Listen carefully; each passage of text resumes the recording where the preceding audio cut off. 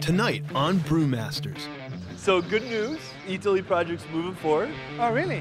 I get a call from the godfather himself, Mario Batali, to collaborate on the beers for his rooftop pub at Italy, the giant Italian food emporium.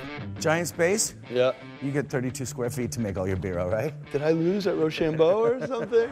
So I'm off to Italy to create recipes, hunt for ingredients, and chat beer with the locals. Me, beer, mountain, go, time, eat, fun.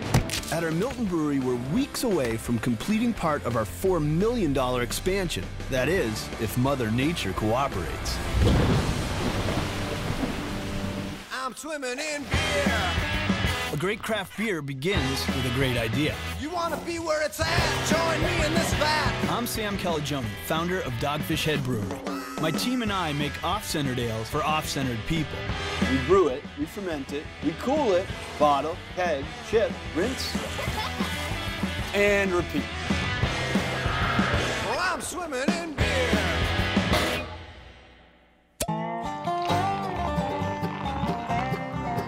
You know, I think beer was a little bit late to the party in terms of getting its respect in the context of great food. There's Achilles heels that exist in the wine world in terms of pairing with food that don't exist for beer. There's a beer that works with every single food out there. Refreshment. And really it wasn't until the craft brewing renaissance in this country that foodies and wine lovers saw that beer could have all the flavor and all the complexity of wine and could pair with food as well as any wine could. So our company was really built from the ground up as beer, but beer in the context of food. This philosophy is especially important today because there's a new beer idea in the air, and it's going to be all about the food. Located just outside the Flatiron Building in Manhattan, restaurateurs Mario Batali and Joe Bastianich have opened Italy, a 50,000 square foot Italian food destination. Italy is modeled after a store that exists in Torino that is already perfect. So all we have to do is not mess it up. We're producing things in America and selling them here. We're also bringing some of the slow food greatness from the Italian peninsula. The crown jewel is going to be a rooftop Italian brew pub, or birreria. Mario and Joe want Dogfish Head to collaborate with 2 Italian brewers to create signature beers for Italy that'll be brewed and served right on site. Although wine and food pairings have been trendy and hip, I think now this whole brew culture and beer-friendly food and food-friendly beer is kind of the next wave. This project really hits home because we got a little bit of Italy right here at Dogfish. Bocce courts. Time for beer, Sam. Oh, that's right, it is. It's 4:30 almost. You got 4 minutes, Connie. I want to hear typing over there. All departments shut down early on Fridays, so we can drink some beer and play some bocce. White line, that's a great throw, Sergio. Good job, sir. That's really just an excuse to drink beers and play a sport that you don't have to put your pint glass down to play.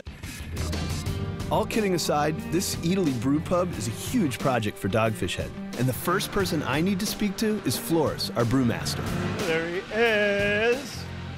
Forrest. Hey. There you are. What you working on? Not much.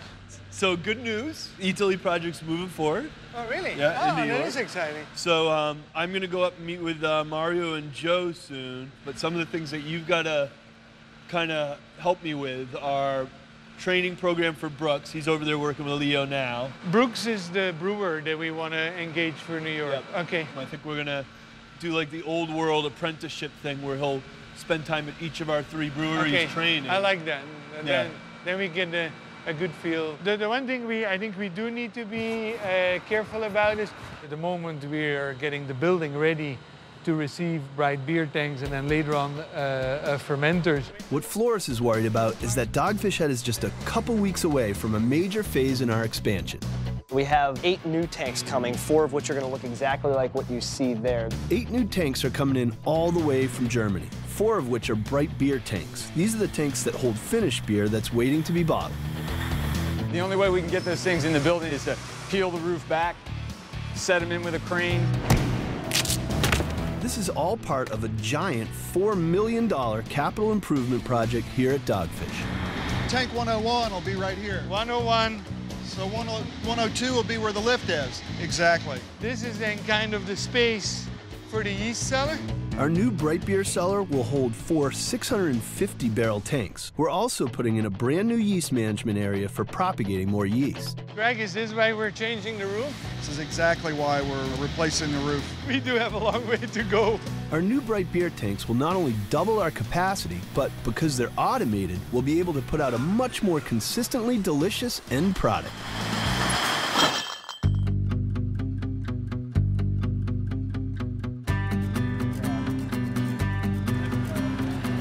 Going to 205th Ave, it's right by Flatiron Building. I head up to meet Mario Batali and Joe Bastianich, and as it turns out, they're doing some construction of their own. Hey guys. There he is. Whose voice is that? There's a lot going on The in here. Brewmeister. Good to see you, Joe. How are you, Sam? Well, it's great to see you, Nice Mario. How you been? Could be better. Wow. So this is upstairs. This is the layout of the floor that we're standing on. Giant space. Yeah. You get 32 square feet to make all your beer, all right? Did I lose at Rochambeau or something? So I'll tell you what, this is the tightest commercial brewery In the world? It's gonna be up there. In true New York style, great things happen in small spaces. This rooftop birreria, or brew pub, is gonna have seating for about 200 people. There's gonna be 3 brewing tanks and 2 double fermenters, and all the beer will be naturally carbonated, or cask conditioned, right on site. Oh, and all the beer that comes out of this brewery has to be world class to sit alongside Mario's world class food. So the menu's done. Really? And I've actually written all the recipes. So the flavors are going to be of the older times. There's the pork shoulder hams, which is one concept of the menu. Yeah. Then there's homemade sausages, and then there's grilled meats or fish, and then salads, and then, in my opinion, what really goes really well with beer, there's a whole mushroom menu, there's a whole cheese menu, and a whole salumi menu. Whoa. That's a lot of great food. Hopefully us brewers can represent. Hopefully us brewers can hold up to this to level of standards. When you come up here, what kind of beer, what are you inspired to drink? The goal is to make beers that are in perfect keeping with what you guys do, food, and also referencing Italian brewing tradition everywhere we can. Oh, Sam is a mythical figure in the beer world, you know, and I think you could taste it every time you have a Dogfish Head beer. You understand why he's the best. Did you hear that? My beer clock just went off. What time would it be in Italy right now? It's 5 o'clock somewhere. Let's go drink some beers. Taste. Chefs never taste. drink, we taste. I mean taste, but we don't spit it out, do we? Not unless we have to. Not unless it's no good. We're gonna make 3 beers for the birreria at Italy. An English mild brewed with chestnuts, a classic Italian ingredient in beer, an American pale ale made with Italian wild thyme, and our first seasonal, a wheat beer with peppercorns. Look at these crazy things. Can we hang with those? Peppers, yeah, sure. These are Balinese. So what's the difference between something like that versus your traditional? Well, like a real pepper, like a black peppercorn, is the fruit of a tree. It's the drupe of a pepper tree called piperai. So we're gonna be tasting Belgian white beer. We're gonna put pepper in the beer, is that what we're doing? Yeah. First, we try these long Balinese peppercorns in some Dogfish Namaste. Like Namaste, the peppercorn beer for Italy will be a wit beer. So dosing it with some of the pepper is gonna give it a good hint of that final flavor. Cheers, guys. Thank you for allowing us brewers to get our peanut butter and your chocolate for this project. This is the first sip of beer had on the On the rooftop? Birreria. It's good. Tastes good before, it tastes good now too. Does it? Is there a difference? Do you taste too much difference? Not a lot. Definitely on the nose, but not so much in the palate right now. Yeah. Beer is really, has a lot of craft in it. There's a lot of creation and a lot of human input in the process of making beer, and it's very similar to cooking. We then dose some Allagash white beer with some telecherry peppercorns. Whoa. Flank steak. It already smells like a steak, right? I like this pepper better, I think. What do you guys think, though? Not even a comparison. Really? It's definitely the way to go. Yeah. What's really exciting is to have a collaboration with the whole brew world. Like, that's just never been part of my game. I've always drank beer. I grew up on a hop farm. But knowing and meeting these kind of Zen mastery dudes who have these incredible groupie followings and getting to meet and work with them is what's really exciting. Well, thank you for inviting us crazy brewers into your world. Dude, you are now in it, whether you like it or not.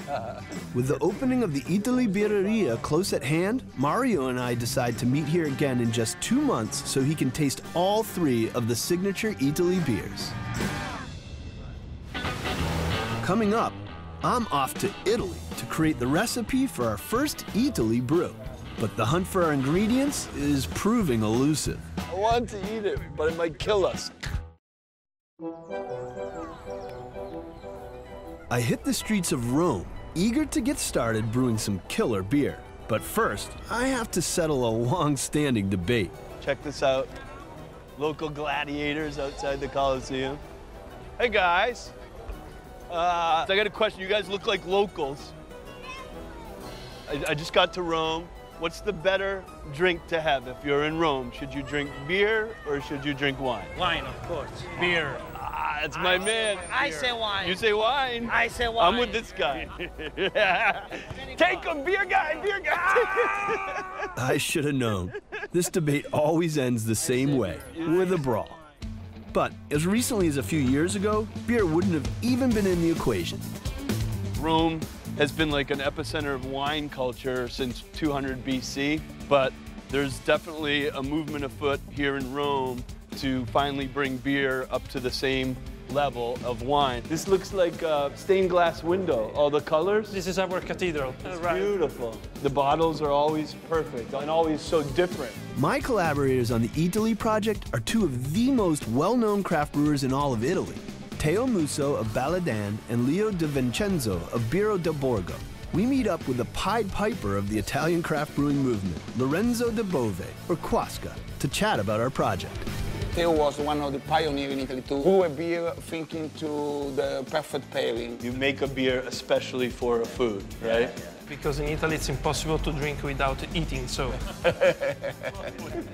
It's possible with this project to bring the Italian brewer style with the food, the Italian food in New York. It's very, very important. Now we just gotta make sure our beer doesn't suck. We just gotta make sure we make good beer. One little detail, good beer. I think we can do it. I think so. We're gonna formulate the recipe for the Italy Wild Thyme beer and brew the test batch so Mario can taste it and hopefully sign off on it. I'll also get to see Brooks Coretta in action at Leo's brewery. Brooks is going to be the brewer at the Italy Birreria. He's a young guy, just 28, and I'm curious to see if he has the chops. Our reputation on a day-to-day basis is in Brooks' hands. We need to go to the mountains for looking for these wild herbs for using in the beer. The first thing we got to do is hunt for the ingredients. We jump in the Jeep and head up to the countryside just outside Leo's brewery in Borgo Rosso on a quest for the pungent and elusive wild thyme of Italy. Today I think we go mountain climbing, right? Yeah, it's good for the mountain air. Is good for your head. When you have too many beers, the mountain air makes for cleaning for clean the head. I, embarrassingly enough, don't speak Italian, so I speak very simple, like Hulk English when I'm with my Italian brewer friends. Me, beer, mountain, go, time, eat, fun.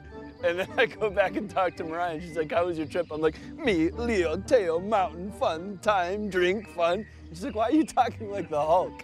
The big like muscle. Hulk Hogan. Like Hulk Hogan. That's incredible. The hills are alive with the sound of music. You don't know? I'm a modern... modern man? I like avant-garde music, not this kind of... Let's look there. We find a huge variety of interesting herbs and fungi. It smells like cheese almost.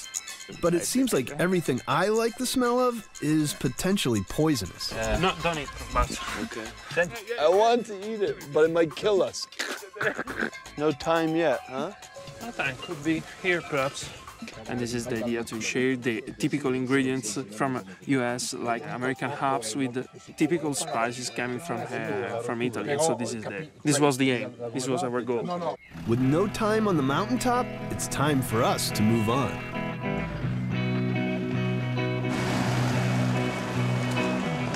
Whoa.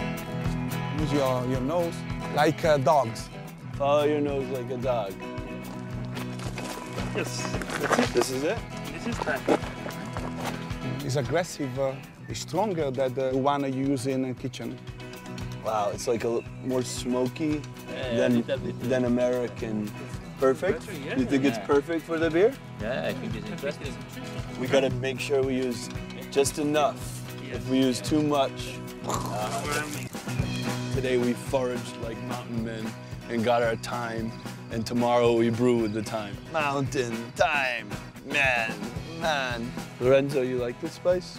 Yeah, yes, I think could be perfect for a beer to pair with grilled beef, a grilled steak, a grilled lamb. And those are the dishes that in Italy are traditionally cooked with thyme? Yeah. I think we have enough, guys. We head over to Leo's brewery to clean the thyme and talk through our recipe for tomorrow's brew.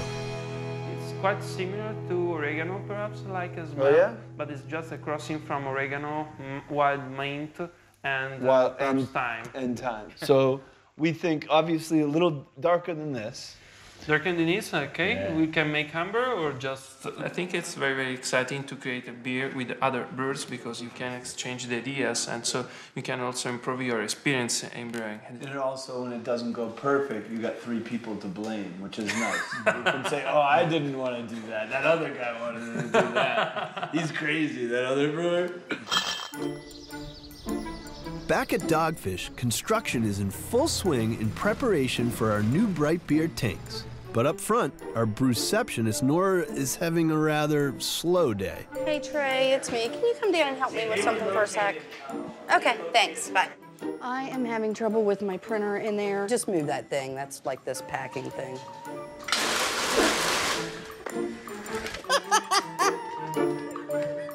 I'm sorry, Trey. You know I love you, but I had to do that. Hey, John, can you help me with the box in there? Just move that thing out of the way, and I'll come in and help you. Great Christmas. Great Christmas. Can you help me move this? Yes?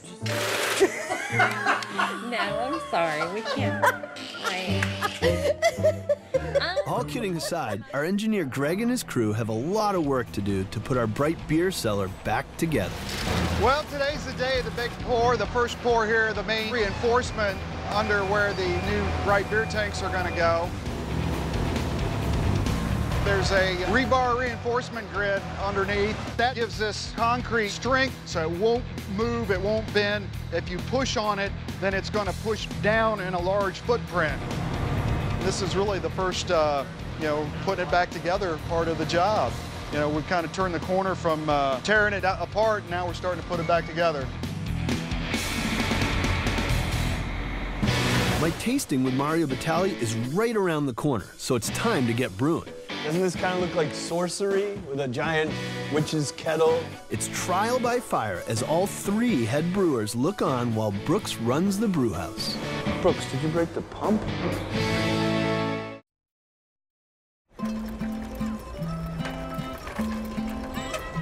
Back in Rome, I'm looking forward to brewing up our first beer for Italy, a wild thyme beer. My folks on both sides are Italian and come from Calabria and Sicily.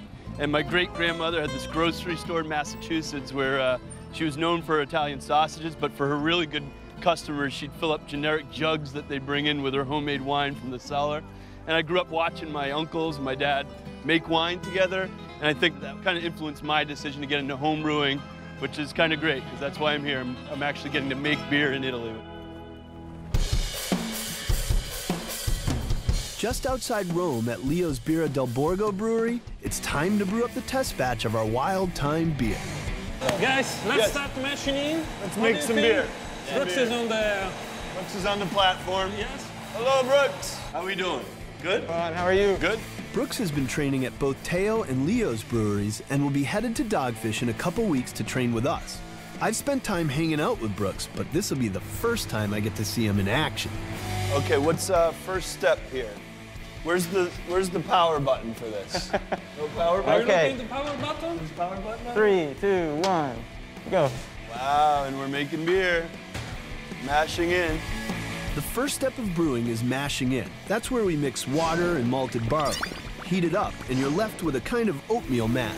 Doesn't this kind of look like sorcery with a giant witch's kettle? Like alchemy going on here, right? Turning water into beer. kind of like some magic going on. So this is the smallest commercial brewing system you've brewed, and then you've done And it's my favorite one. It's your favorite? Good, because this is the scale you're going to be rocking in New York. All right, I'll get out of your way. You show me what you do next. Power serve. What would you do next? I actually got into homebrewing about 3 years ago. About a year and a half ago, I was speaking with Leonardo, and he said, why don't you come brew at my brewery? And I said, yeah, why not? So I left my old job, and now I'm the happiest man in the world.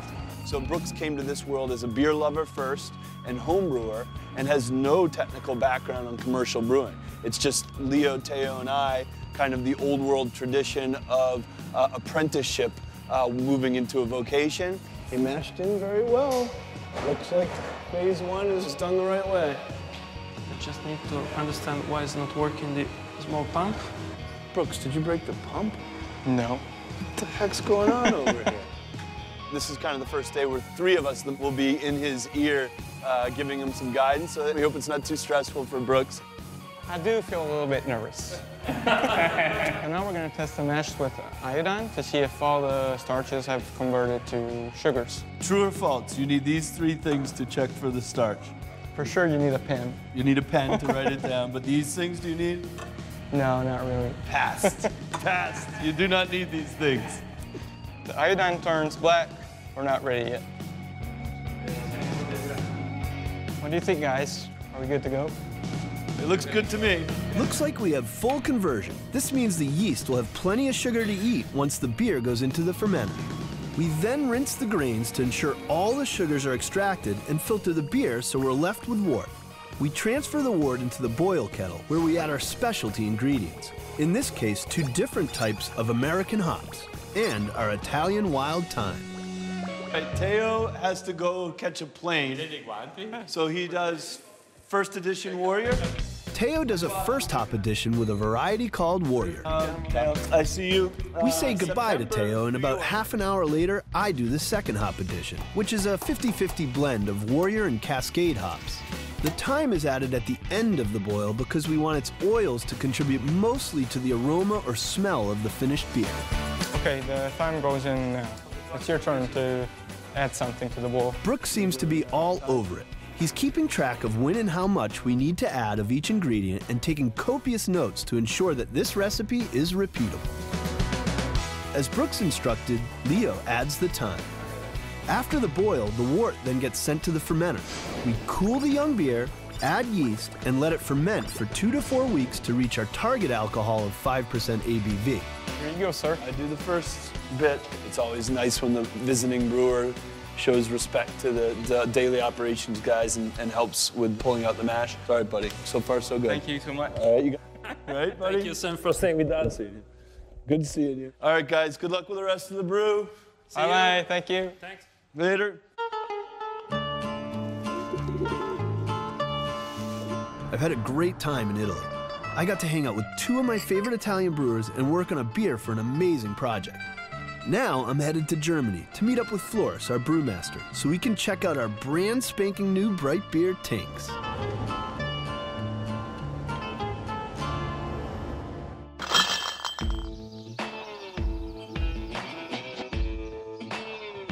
All of our beers for Italy will be cask beers, which means they'll go through a second fermentation in the cask.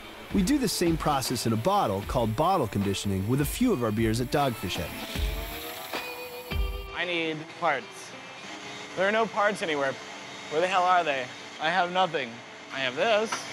Brian Selders is working on a bottle conditioned beer called Namaste, which is what Mario and Joe drank during our initial rooftop meeting. This is our take on a Belgian wit beer, and it's flavored with lemongrass, coriander, and organic dried orange slices. Traditionally, these beers are bottle conditioned, and we want to stay as true to that as possible. The process is the same for both bottle and cask conditioning. After you ferment the beer in a standard fermentation tank, you send the beer to the cask and add additional sugar and yeast before plugging it up. The yeast eats the sugar and creates CO2, thus producing a naturally carbonated beer. Today, what we're doing to get this beer ready for bottle conditioning is adding a good, healthy dose of sugar. We're going to get the sugar in there early just to make sure that the beer is ready to go. And then when we receive confirmation that the bottle line's been turned over and it's ready to run, that's when we'll pitch the fresh yeast. It's definitely tricky to get the right amount of sugar and yeast into the bottle for the second fermentation, and at Italy, it'll be Brooks's job to get it right.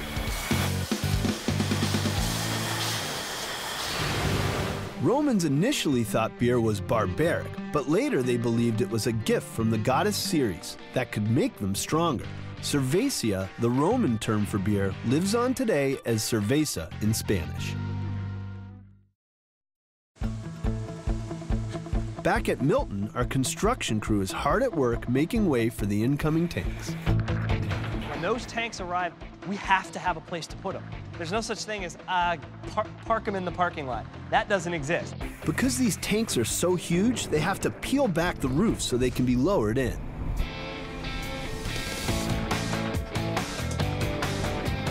The crew is working in sections to avoid any major weather that could come in and jeopardize the quality of the beer. But no matter how careful you are, Mother Nature always calls the shots. We've got a bit of a construction delay at the moment due to the rain. The roof is obviously wide open at this point. We're a couple of weeks away from receiving the bright beer tanks. As you can see, between the seams and some of the tough wrap falling down with this puddled up, ripped it apart, it does threaten us to keep running. We have a few spots that compromise the integrity of the product, so we do have to stop running at times. Unfortunately, Mother Nature calls and puts a stop to work. We've been running between the raindrops, trying to keep materials out of the wet weather and dampness. It's been pretty rough. While the crew struggles to keep the rain out of our beer, Brooks has come over from Italy for his training with Brian Selders and John Carpenter at our brew pub. Hey, Brooks. Hey, Brooks. Hello. Good morning. Like Leo's small brewery in Italy and our system here at the pub, Italy will be a very small, very manual system. This means the brewer has to be in complete control of the entire brewing process and know all the quirks of the brew house. Cool. So, Brooks, this is what we're doing, pal. So there's a valve, an elbow, a valve, a T, a valve that's already there. That's a valve, that's a T, that's an elbow, that's a valve. And there's a thermometer. So you got it? Yeah. Brian and Brooks will brew 2 beers together in 2 days. Today, Brian's doing most of the actual work while giving Brooks a crash course on our system.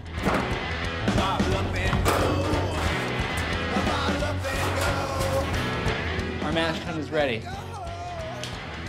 I mean, as ghetto as it looks, it's really a good mash tun. Today, they're making a test batch of the Chestnut Mild beer, which Mario will taste and hopefully sign off on. We're gonna do the stirring. Okay. Just while you're stirring, pay attention to what I'm doing because tomorrow I will be your stir. While the grains are mashing in, the guys boil the chestnuts separately to extract as much flavor as possible. These chestnuts were hand-cracked by Leo at his brewery in Italy and shipped over just for this test batch.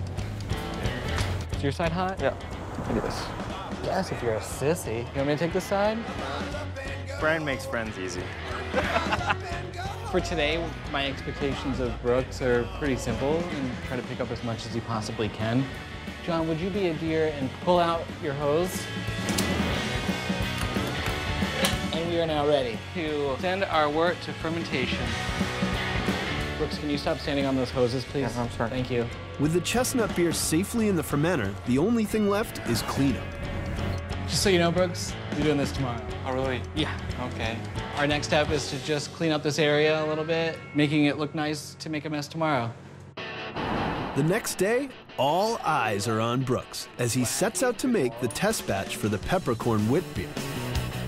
Never actually really brewed in the United States, and things work a little different. I am kind of nervous. I'm waiting on you, pal. Okay. He's walking into a strange brewery that is very, very quirky. It's a pretty high-profile project.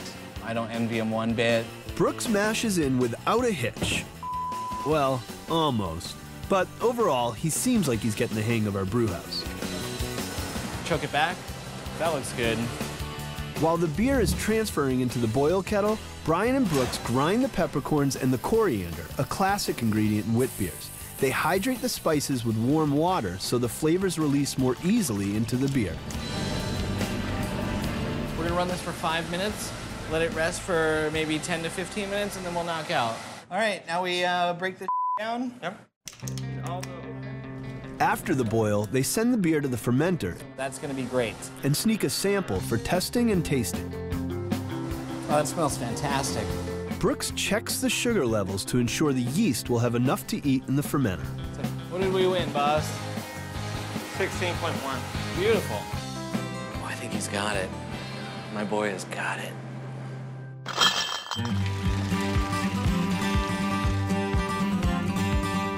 We are in the beautiful Bavarian town of Bergstadt. It feels like I fell out of the set of Sound of Music. And we're going to meet our friends at Siemens and see how they make our tanks.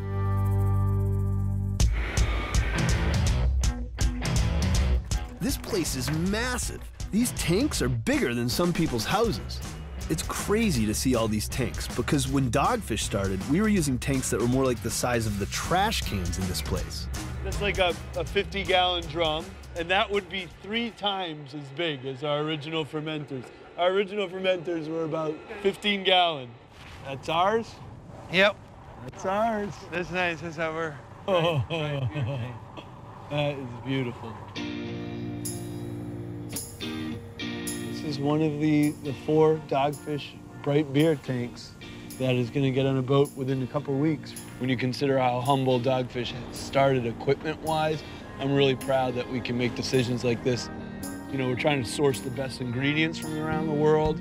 It's now time for us to step up and get world-class equipment. At $100 grand a pop and built to pretty much last forever, these tanks are gonna kind of be like my family heirlooms. You know, instead of my daughter getting a dowry or my son getting my watch, I'm gonna give them these tanks, and that's their inheritance.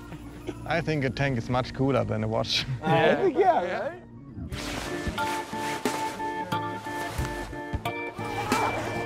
Always zip up and wear your rubbers. That's what I would say.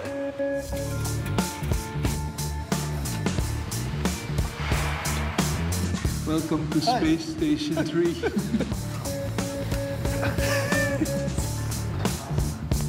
The interior inspection is the most critical. Each tank is assembled using pieces of stainless steel welded together. These joints are the most susceptible to errors and need to be checked carefully for proper measurements and smoothness. You want to do the measurement there. That is the welding seam. In that area, we have to be less than 0.8. Any number over 0.8, then we would not accept it. Whoa, that's even better. That's even better. Flores measures a few more spots, but these guys know what they're doing. The tank is spot on and ready to be shipped. Do you just run and try and dive out the hole? You run towards it and just dive out? Coming up, it's a big day here in Milton as our new tanks come flying in. This is a culmination of a lot of work, all this for beer.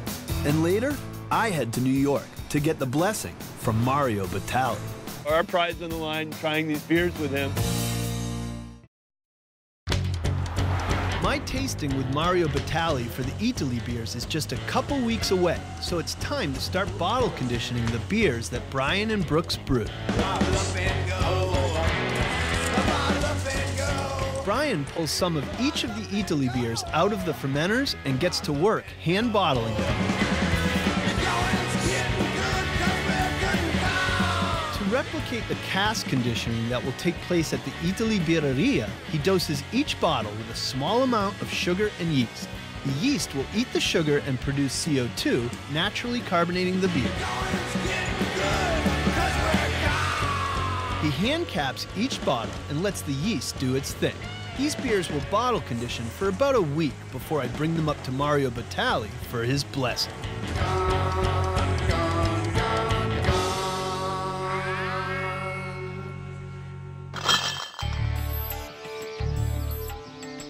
Over in Milton, the big day has finally arrived. Our 4 new bright beer tanks are on their way. Greg assembles a giant crew of skilled workers to help hoist our tanks up over the building and down through the roof. I've worked with some cranes, but not one this big. This is huge.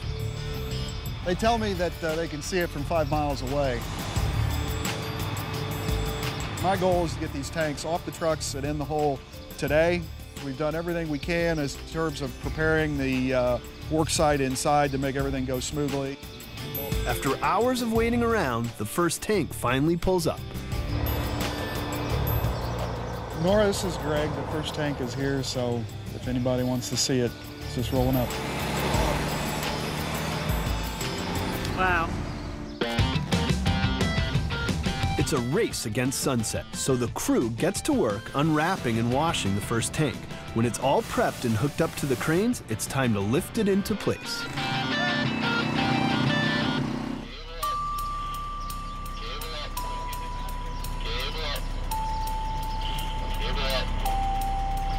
This smaller crane will pick up the legs. The larger crane will pick up the head or the top of the tank. All right, that's not clear. And then the large crane will pull the tank vertical.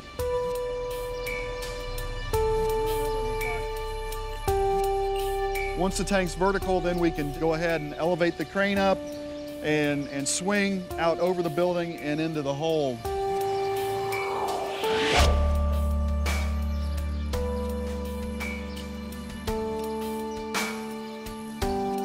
This is a culmination of a lot of work, and really, in a way, it's just the beginning.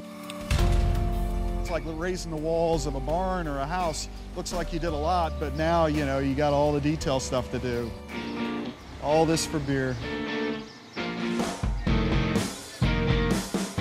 The tank is placed on the pre-leveled footers, adjusted for plumb and level, and then welded into place. But just when it looks like they're making good time, Mother Nature rolls in to complicate things.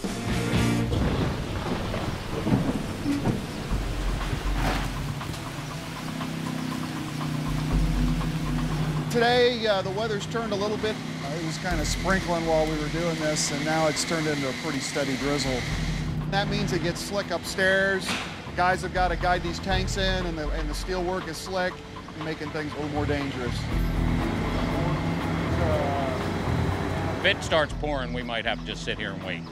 It's kind of hard to weld them feet down in the rain. We can set the tank in there in the rain, but we can't cut it loose if it ain't welded down, so you can't have a tank falling over. The most nerve-wracking part of my job is the wind. When we are hoisting the tanks, if it starts to side load the boom, it could collapse the boom. That's yours. Get away from that pipe. With some patient and careful maneuvering, Greg and his crew get the last tank in place and welded. Oh, this is a ton of relief. We had some obstacles to overcome. The delays cost us a day of crane time, and then we got into worse weather. But we did really well overcoming those challenges we had, and everything really went as smooth as I think I could have hoped for. Next, the moment of truth as Mario Batali tastes all 3 of our Italy beers.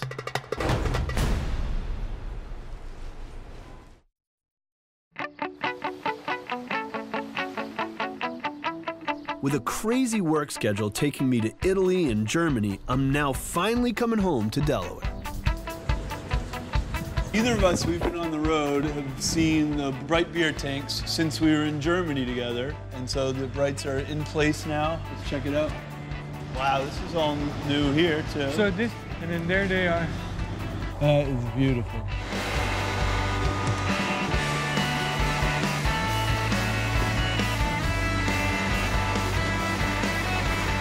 This is the first ever indoor tanks that seem infinite. They just go off into infinity. With 2/3 that are in the building, and then 1/3 in the sky. Totally sticks out. This expansion is huge for Dogfish Head. Under the careful direction of Floris and Greg, our engineer, we've basically doubled our capacity for finished beer. But that doesn't mean we can take our eye off the ball just yet. So once these 4 Bright tanks are functional, and we're planning on selling 140,000 barrels roughly of beer next year, what becomes our next bottleneck in production? Here. Yeast? Yeast cellar. And then bottling lines, and then uni tanks, and then it keeps going. But the beautiful thing about bottlenecks is it's a circle. Yeah. Seasons come and go. Yes. Bottlenecks come and go. It's very poetic. I'm gonna just hang out and stare at these tanks for a minute. It's very poetic.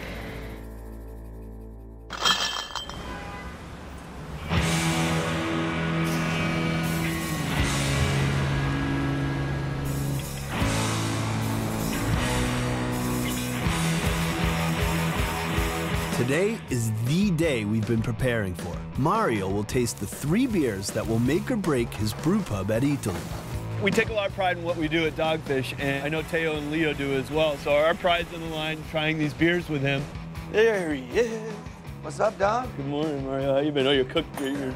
Wow. I'm preparing things. Wow. You know, Mario is kind of the dawn of Italian-American cooking here in New York. So having him try these beers and giving them his wave of approval will mean a lot for us. Kind of welcome us into the family kind of thing. By the way, I got I'm wearing the wrong, I'm sporting the wrong. Dude, it's like stabbing me in the eye. So you tell me what you want to try first. Let's start with the lightest and go to the heaviest. Okay. Whoa, hey! Wouldn't expect Where's that. the Lusitania? That wicked carbonation is bottle conditioning. Right. With bottle conditioning, it's going to give you finer bubbles than forced carbonation. Right. It's not as heavy on your stomach, so you get more of it. Oh, cool. First up, Gina, the Time Pale Ale we brewed at Leo's brewery outside of Rome.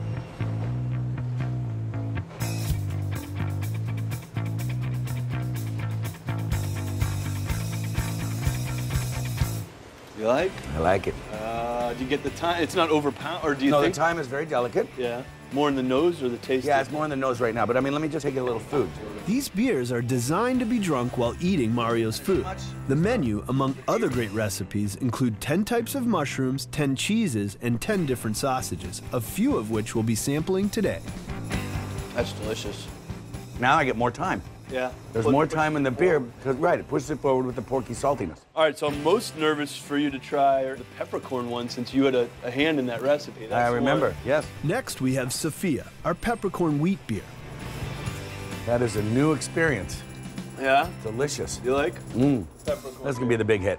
Think this so? is a big hit, I can tell you right now. Finally, we pour Vanda, our young and dark chestnut beer. Wow. We pair it with a spicy sausage and a jalapeno pesto. Does that work? Does it kind of put the fire out a bit? No, it's just right. It joins the fire. But I think the meat and the beer match each other very well. I was actually worried that maybe the beer was going to overpower it, but clearly the lightness, the texture, the frothiness, the beers are perfect. You know what you're doing. Oh my God. Congratulations. Well, thank you on behalf of Teo, Leo, Brooks, everyone. And this may become my favorite restaurant I've ever opened. Really? Yes. I like hearing that.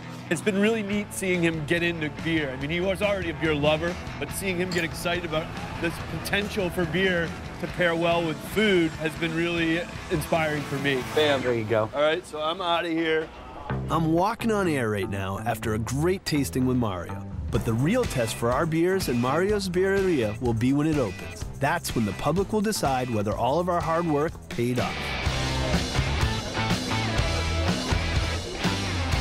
Even though the restaurant isn't open yet, I still feel like I'm on top of the world, having made awesome beer with people I really respect.